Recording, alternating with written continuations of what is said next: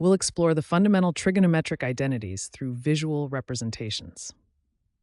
Let's start with the unit circle, which forms the basis of trigonometry. For any angle theta on the unit circle, the x-coordinate gives us cosine theta, and the y-coordinate gives us sine theta. Tangent theta is the ratio of sine to cosine, which can be visualized as this length on the unit circle.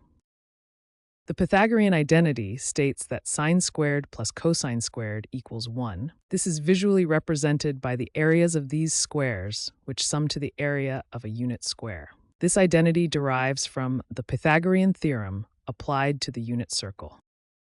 Now, let's examine the reciprocal identities, which relate primary and secondary trigonometric functions. These reciprocal relationships can be visualized on the unit circle. For example, secant theta is the reciprocal of cosine theta, and cosecant theta is the reciprocal of sine theta. Finally, cotangent theta is the reciprocal of tangent theta, or equivalently, the ratio of cosine to sine. Let's summarize the fundamental trigonometric identities we've explored.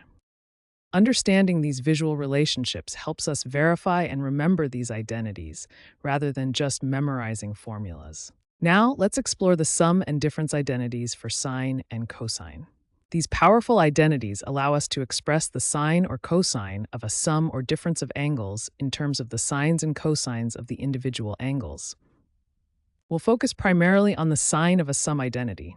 The formula states that sine of alpha plus beta equals sine alpha cosine beta plus cosine alpha sine beta. To understand this visually, let's work with the unit circle. Let's define two angles on our unit circle.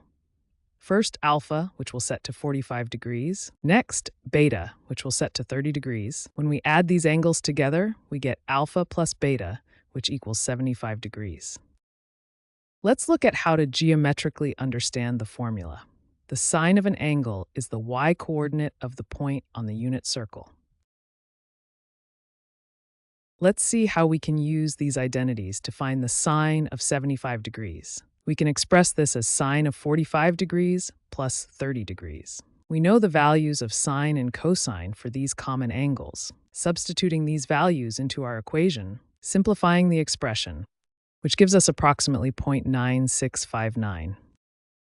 These identities are also powerful tools for simplifying complex expressions. By substituting the sum and difference formulas, after expanding and collecting terms, this complex expression surprisingly simplifies to sine of 2x. Sum and difference identities have numerous real-world applications. In physics and engineering, these identities help us understand how waves combine.